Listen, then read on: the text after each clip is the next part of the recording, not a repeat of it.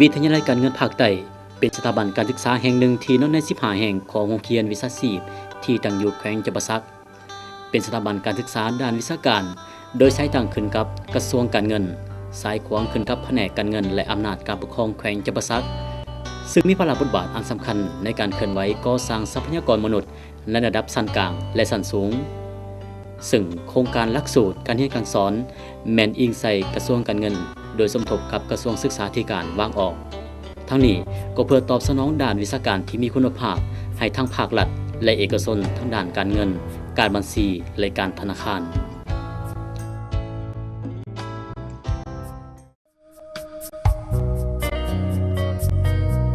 สถาบันการศึกษาแห่งนี้ได้ถูกสร้างตั้งขึ้นในปี 1998 ในระยะนั้นเพียงเป็นศูนย์ฝึกอบรมวิชาการเงินการบัญชีให้พนักงานขันนำใน4แขวงภาคใต้เท่านั้นแต่ย้อนความมีความต้องการอันหีบด่วนของสังคมเพื่อปฏิบัติตามแนวทางนโยบายของรัฐบาลเกี่ยวกับแผนพัฒนาทรัพยากรมนุษย์ให้มีความรู้ความสามารถอันแน่นอนในด้านวิชาการใดหนึ่งเพื่อประกอบส่วนเข้าในภารกิจปฏิวัติของศาสตร์คือปกปักรักษาและสร้างสรรค์พัฒนาประเทศชาติให้ก้าวไปสู่ความรุ่งเรืองสิวิไลซ์ตามทิศนำของพรรครัฐบาลที่ได้วางไว้ดังนั้นมาฮอดปี 2001 จึงได้ถือคำพ้องเป็นโรงเรียนการเงินชั้นกลาง5แขวงภาคใต้และมาฮอดศกปี 2003 หา 2005 2005 หา 2006ย้อนประเทศชาติพวกเราได้มีการพัฒนาทางด้านระบบการศึกษาอย่างต่อเนื่องและสูงขึ้นเพื่อให้ระบบการศึกษาในสาธารณรัฐประชาธิปไตยประชาชนลาวยับหม้อเข้ากับระดับสากลทละก้าวเพราะฉะนั้นสถาบันการศึกษาแห่งนี้จึงได้ถือคำพ้องและประกาศเป็นวิทยาลัยการเงินภาคใต้อย่างเต็มรูปแบบ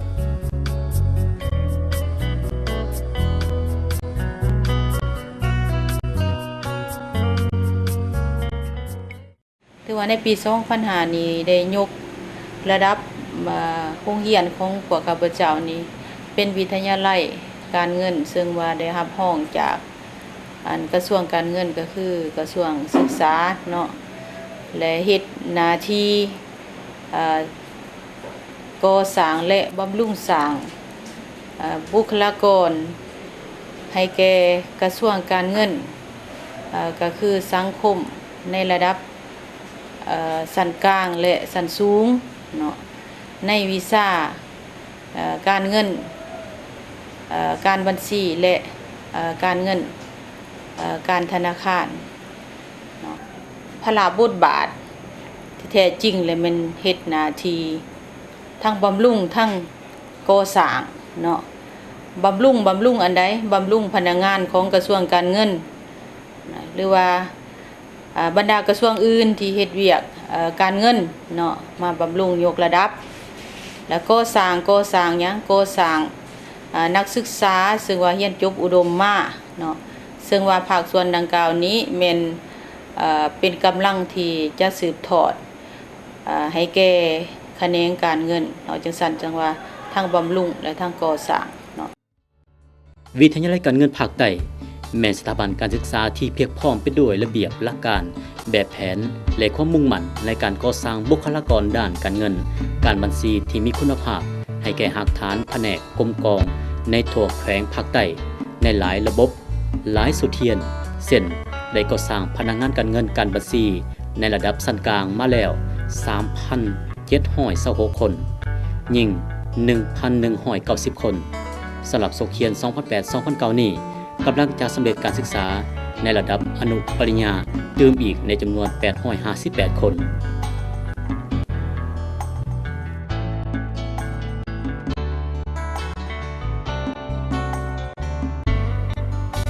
สถาบันดังกล่าวประกอบด้วย 4 ห้องการมีห้องศูนย์ฝึกอบรมมีอาคารเรียน 4 หลังมีห้องเรียน 17 ห้องห้องคอมพิวเตอร์ห้องสมุดและห้องบรรยายครบสุดได้สวมใส่เป็นห้องเรียนปกติและพักค่ำวันเสาร์วันอาทิตย์รวมห้องเรียนทั้งหมดแม่นมี 47 ห้องนอกนั้นยังมีหอพักนักศึกษาจำนวน 18 ห้องเพื่อรองรับให้แก่นักศึกษาต่างแขวง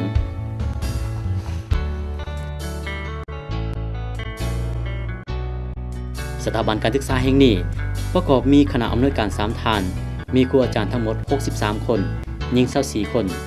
ในนั้นมีพนักงานสมบูรณ์41คนหญิง13คน พนักงานตามสัญญา22คนระดับวิชาเฉพาะปริญญาโท2คนหญิง2คนปริญญาตรี24คนหญิง5คนชั้นสูง22คนชั้นกลาง15คนหญิง7คนนอกนี้ยังมีอาจารย์รับเชิญจำนวนหนึ่งเพื่อมาสอนเพิ่มเติมบางวิชาที่ขาดเคินครูอาจารย์จากมหาวิทยาลัยจำปาสักองค์การพัฒนาบริหารตัวเมืองสภากระแดงและพนักงานบำนาญผู้ที่มีระดับความรู้ทางด้านวิชาการนอกจากนี้ยังมีองค์การจัดตั้งมหาชนครบสุดเช่นองค์การจัดตั้งชาวหนุ่มองค์การจัดตั้งแม่หญิงและองค์การจัดตั้งสหพันธ์กรรมบาลซึ่งแต่ละองค์การจัดตั้งนั้นแม่นปฏิบัติตามพระบทบาทหน้าที่ของตนพร้อมเป็นเสนาธิการให้แก่คณะพรรคคณะอำนวยการสำหรับองค์การบริหารแม่นเฮ็ดหน้าที่คุ้มครองพนักงานรัฐกรเช่นเลื่อนชั้นขั้นเงินเดือนปฏิบัติการย่องเยาต่อผู้ที่มีผลงานดีเด่นเอาใจใส่ในการปฏิบัตินโยบายต่อพนักงานนักศึกษาคือการสร้างครอบครัวใหม่เกิดลูกหรือเสียชีวิตสิ่งสำคัญแม่นมีนโยบายพิเศษต่อกับนักศึกษาที่ทุกข์ยากซึ่งอยู่เขตห่างไกลศอกหลีกเขตผู้ด้อยเพื่อเปิดโอกาสให้พวกเขาเจ้าได้เข้าถึงการศึกษาเพื่อนำไปพัฒนาท้องถิ่นของตนห้องการแผนการเงินมีบทบาทในการคุ้มครองบัญชีการเงินและเอาใจใส่ในการปกปักรักษาเงินบ่ให้หัวไหลเบิกจ่ายเงินเดือนเงินสมงสิทธิสอนให้ปกติและตรงทันกับการกำหนดเวลาในทุกๆท้ายเดือนสามารถสร้างรายรับทั้งหมด213ล้านกว่ากีบรายจ่ายแม่น500ล้านกว่ากีบในการจัดตั้งปฏิบัติรายรับรายจ่ายทุกครั้งแม่นต้องมีเอกสารทางด้านความถูกต้องและการกวดกาปกติจากสายตั้งนอกนั้นยังมีการกวดกาภายในเป็นประจำผ่านการจัดตั้งปฏิบัติรายรับรายจ่ายสามารถสรุปเฉลี่ยรายรับส่วนบุคคลที่เป็นพนักงานปีหนึ่งบ่ต่ำกว่า13ล้านกว่ากีบต่อคนต่อปีหรือเท่ากับ 1,000 กว่าดอลลาร์สหรัฐเฮ็ดให้พนักงานมีเงินอยู่ถาวรมีฐานะชีวิตการเป็นอยู่ดีขึ้นเท่าละก้าวของการคุ้มครองการศึกษาแม่นเอาใจใส่ในการจัดตั้งปฏิบัติเวียกงานการเรียนการสอนทั้งต่อเนื่องและเป็นระบบครบสุดเช่นเวียกงานพัฒนาหลักสูตรและการศึกษาได้จัดหาตำราเรียนได้หลายฉบับรวมทั้งภาษาลาวและภาษาต่างประเทศเพื่อรับใช้ให้แก่การพัฒนาหลักสูตรการเรียนการสอนพร้อมนั้นยังได้เทียบเคียงและพัฒนาหลักสูตรการเงินการธนาคารชั้นสูงระบบ 11+3 สำเร็จโดยผ่านการเห็นดีรับรองน้ำใส่จากกระทรวงศึกษาธิการสมทบกับมหาวิทยาลัยจำปาสักเพื่อร่วมกันสร้างหลักสูตรเสริมต่อปริญญาตรีและวิทยาลัยการเงินกับวีซ่าสาขาเศรษฐศาสตร์และการคุ้มครองของมหาวิทยาลัยจำปาสัก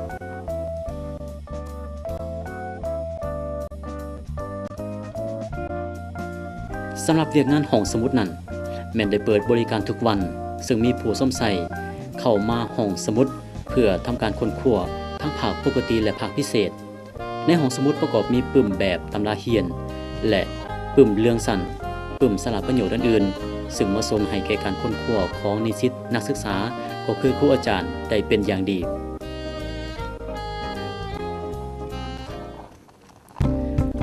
ห้องการคุ้มครองนักศึกษาแม่นห้องการหนึ่งที่มีหน้าที่ในการคุ้มครองดูแลนักศึกษาเป็นต้นแม่นการปรับปรุงระเบียบหอพักและรับผิดชอบการเคลื่อนไหวกิจกรรมนอกหลักสูตรเวียกงานการคุ้มครองนักศึกษาเวียกงานคุ้มครองหอพักเวียกงานกวดการระเบียบและเวียกงานโฆษณาข่าวสารได้เอาใจใส่ในการพัวพันนักข่าวจากสื่อมวลชนของแขวงเพื่อเก็บกำข้อมูลในการเคลื่อนไหวกิจกรรมต่างๆของวิทยาลัยการเงินได้อย่างต่อเนื่องซึ่งเฮ็ดให้ครูอาจารย์และนักศึกษาได้รับรู้ข้อมูลข่าวสารทั้งภายในและต่างประเทศก็คือแนวทางนโยบายของพรรคระเบียบกฎหมายของรัฐได้อย่างทั่วถึง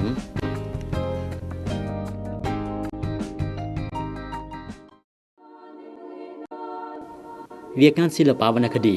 แม่นเวียกงานหนึ่งที่คณะพรรคคณะอำนวยการได้ส่งเสริมเปิดโอกาสให้นักศึกษาผู้ที่มีพรสวรรค์การแสดงออกในเวทีเช่นการประกวดกาบกรการประกวดโฆษกพิธีกรครูการแสดงนักร้องเสียงดีประเภทเพลงลูกธงบ้านนาเพลงลาวสมัย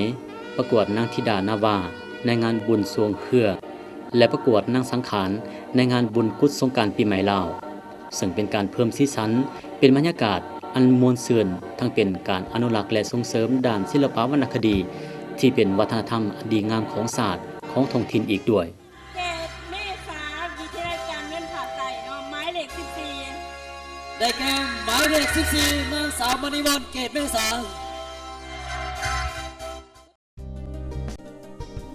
เวียกงานกีฬา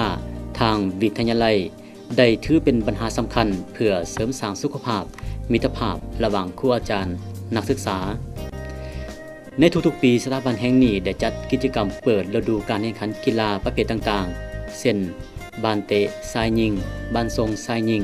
กระต่อทรายยิงเปตังทรายยิงและกีฬาเต้นแอโรบิกนอกจากการแข่งขันกีฬาภายในแล้วยังได้เคลื่อนไหวแข่งขันกีฬากับภายนอกซึ่งเป็นการสร้างขบวนการต้อนรับวันสำคัญต่างๆของศาสตร์อย่างมีความหมาย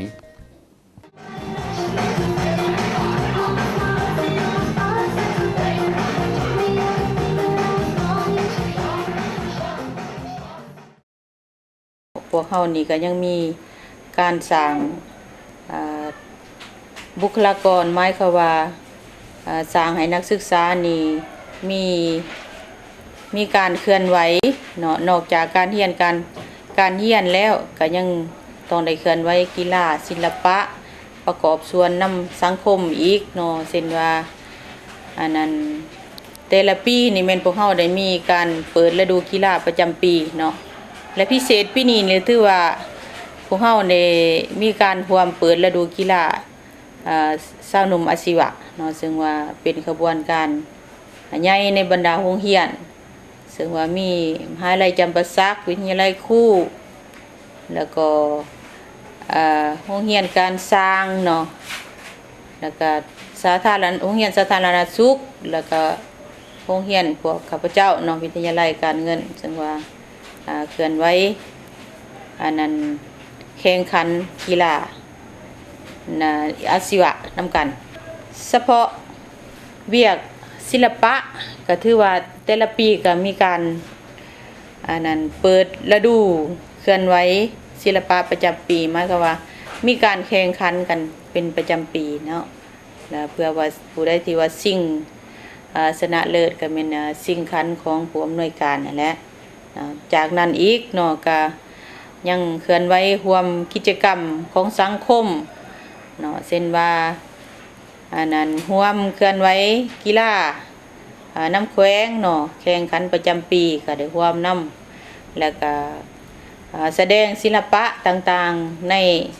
งานกองประชุมต่างๆก็ถือว่าวิทยาลัยการเงินของพวกข้าพเจ้าก็ถือว่าได้มีส่วนประกอบเคลื่อนไหวนำสังคมเนาะตลอดมาเวียกงานศูนย์ฝึกอบรมวิทยาลัยการเงินได้ถือเป็นเวียกงานสำคัญในการส่งเสริมให้โอกาสแก่ครูอาจารย์ได้ฝึกอบรมด้านวิชาการต่างๆทั้งภายในและต่างประเทศเพื่อนำเอาบทเรียนมาพัฒนาสถาบันของตนอย่างต่อเนื่องเป็นต้นฝึกอบรมด้านการบัญชีโครงการบัญชีแห่งรัฐบัญชีวิสาหกิจเวียกงานสวยสาวก่อนทักษะของครูและหน่วยงานอื่นๆที่เห็นว่ามีความจำเป็นซึ่งมหดปัจจุบันสามารถสำเร็จการเปิดสุดฝึกอบรมวิชาการบัญชีระยะสั้น3 เดือนสำเร็จแล้วและยังสืบต่อกับเกียมเปิดสุดอบรมเติมอีกในอันดับต่อไป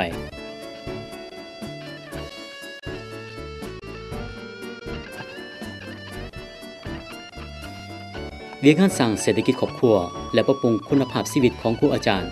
แบ่งปัจจัยสำคัญที่ทางคณะพักคณะอำนวยการได้สุขยุส่งเสริมให้พนักงานครูอาจารย์ได้นำใส่เวลาว่างให้เป็นประโยชน์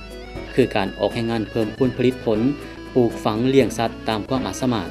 และความเหมาะสมของแต่ละครอบครัวซึ่งมีหลายครอบครัวได้ประสบผลสำเร็จอย่างน่าพึงพอใจเฮ็ดให้ชีวิตการเป็นอยู่ของครูอาจารย์นับมือนับดีขึ้น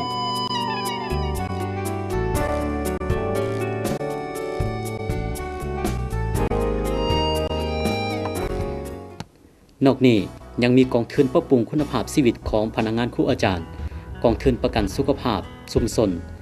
สิ่งดังกล่าวมันได้กลายเป็นปัจจัยพื้นฐานอันสำคัญที่จะเฮ็ดให้ชีวิตของครูอาจารย์ดีขึ้นและรับประกันได้การถ่ายทอดความรู้ให้นักศึกษาได้อย่างมีประสิทธิผล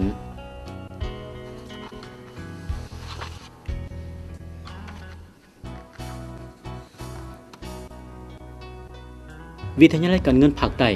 นอกจากเอาใจใส่ในด้านการก่อสร้างบุคลากรการเงินการบัญชีที่มีคุณภาพแล้วยังได้เข้าร่วมเคลื่อนไหวในทุกขบวนการทุกกิจกรรมของสังคมว่ารวมว่าเฉพาะแม่นกิจกรรมของแขวงเช่นงานเฉลิมฉลองวันสั่งต่างกองทัพประชาชนลาวครบรอบ60 ปีและงานมหกรรมกีฬาแห่งชาติครั้งที่ 8 หรือจำปาสักเกมที่แขวงจำปาสักรับเกียรติเป็นเจ้าภาพซึ่งได้ประกอบส่วนในกิจกรรมอันมีความหมายในงานพิธีเปิดและพิธีปิดซึ่งได้นำใส่นักศึกษาวิทยาลัยการเงินเข้าในก่อนกำลังทั้งหมด400 คนยิง200 คนในบทฟ้อนออนซอนสีพนดอนฟ้อนหาป่าและฟ้อนใจประสานใจซึ่งเป็นการเพิ่มบรรยากาศและสีสันให้กับงานได้เป็นอย่างดี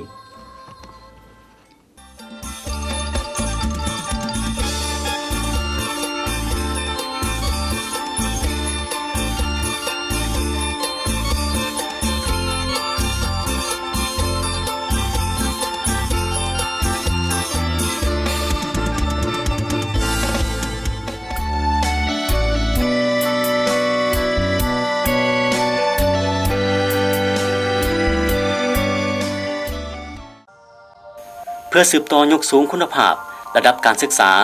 วิทยาลัยการเงินภาคใต้จึงได้เสริมขยายการพัวพันร่วมมือกับต่างประเทศทั้งนี้แม่นโดยการตกลงเห็นดีจากกระทรวงการเงินบนพื้นฐานเนื้อในบทบันทึกการร่วมมือระหว่างมหาวิทยาลัยการเงินการตลาดนครโฮจิมินห์แห่งสาธารณรัฐสังคมนิยมเวียดนามและวิทยาลัยการเงินภาคใต้ของลาวที่ได้เซ็นร่วมกันอยู่แขวงจำปาสักในคำวันที่ 18 มีนาคม ปี 2009และที่นครโฮจิมินห์แห่งสาธารณรัฐสังคมนิยมเวียดนามในคำวันที่ 17 เดือนพฤษภาคม 2009 ผ่านมาแน่ใส่สืบต่อเพิ่มทวีการพัวพันร่วมมือช่วยเหลือซึ่งกันและกันในของเขตการศึกษาและการคุ้มครองบริหารของแต่ละฝ่ายซึ่งมีกำหนด 2 ปีคือแต่ปี 2009 หา 2010 ในนั้นฝ่ายสาธารณรัฐสังคมนิยมเวียดนามจะสนองทุนการศึกษาสนองเครื่องคอมพิวเตอร์20เครื่องเพื่อรับใช้ให้แก่การเรียนการสอนสนองบรรดาตำราสื่อการเรียนการสอนแต่ละปีจะรับเอาครูอาจารย์ของวิทยาลัยการเงินภาคใต้จำนวนหนึ่งฝึกอบรมด้านวิชาการและการคุ้มครองบริหาร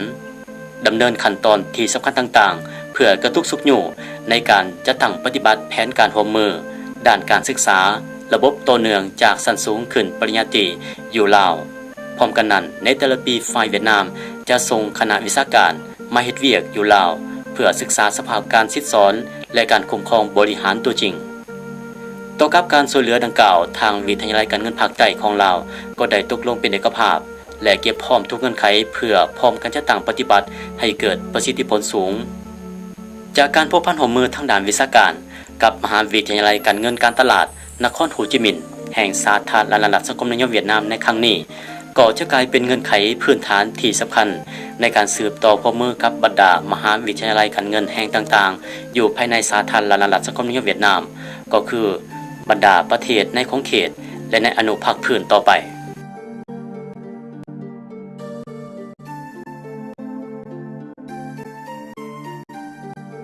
จากการเคลื่อนไหวในระยะผ่านมาคือดังกล่าวนั้นจึงเห็นให้สถาบันการศึกษาของวิทยาลัยการเงินภาคใต้พวกเราได้มีผลงานหลายด้านซึ่งเป็นการประดับชื่อเสียงและเกียรติศักดิ์ศรีต่อสถาบันย้อนมีการสีน้ำนำพาและไก่สิทธิแทนของคณะพักกันถึงย้อนคณะพักคณะอำนวยการครูอาจารย์และนักศึกษาได้มีความสามัคคีเป็นปึกแผ่นจึงสามารถญาติได้ทุงไซ1ผืนจากแผนกการเงินของแขวงได้รับเหรียญไซแห่งงาน1หน่วยจากผลงาน30 ปีแห่งการประกอบส่วนในการปกปักรักษาและสร้างสาประเทศศาสตร์เรียนการแห่งงาน1หน่วยในบันปฏิบัติข้อแข่งขันของแขวงและใบอย่างย่อประเภทต่างๆอีกจำนวนหนึ่ง